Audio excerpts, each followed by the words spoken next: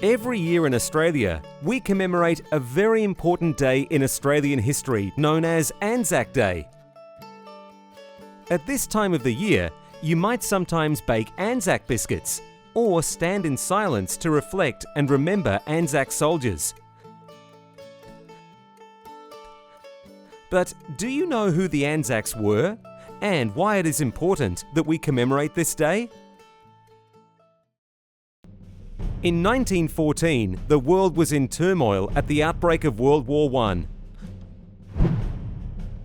Though Australia and New Zealand were considered young nations, both of these countries came together to help their British allies in the war.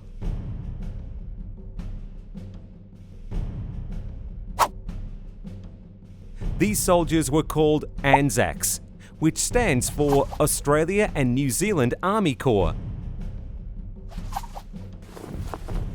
On the 25th of April 1915, the Anzacs travelled to a place called the Gallipoli Peninsula to capture the Turkish capital of Istanbul, known then as Constantinople.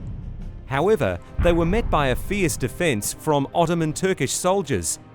What they had hoped to be a quick campaign turned out to be 8 months of brutal warfare.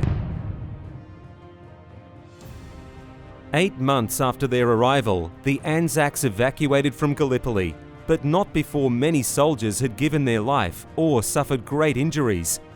In fact, over 10,000 Anzacs died at the fierce hand of the war at Gallipoli. Upon their return, Australia has commemorated Anzac Day since the 25th of April 1916, 1 year after the Anzacs first arrived at Gallipoli. There are many symbols and emblems that you might recognise on Anzac Day. Let's have a look at a few of them. Yum, an Anzac biscuit. It can be fun to help bake these and even more fun to eat around Anzac Day. But it's a bit funny to remember Anzac Day by eating a biscuit, isn't it? Where did they come from? The Anzac biscuit we have today is similar to a type of food many of the Anzac soldiers carried with them. Because they didn't have fridges or shops to get food from, the soldiers needed to eat food that would not go bad over time. Many carried the first Anzac biscuits, which were a substitute for bread. Though they can be a tasty treat, they also help us remember some of the struggles Anzac soldiers went through. Another symbol you might recognise are flowers, such as red poppies or rosemary flowers. Red poppies were famously found growing in some of the most brutal locations of World War I, such as northern France and Belgium, after the war had ended. Rosemary flowers symbolise memory and were found scattered throughout the peninsula at Gallipoli. Because these flowers are very symbolic, they are used as a way for us to remember those fallen by war. They can often be seen being laid down in remembrance of fallen soldiers during days such as Anzac Day. The original Anzac Day was significant because not only was it a day to remember and pay respects to the families and friends of those that had died in war, it also played a major part in forming an Australian identity of courage and mateship that is still important today.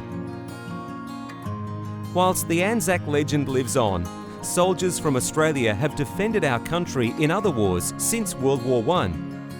This means that when we commemorate Anzac Day, we remember those that have given their lives in service of our country on other occasions as well.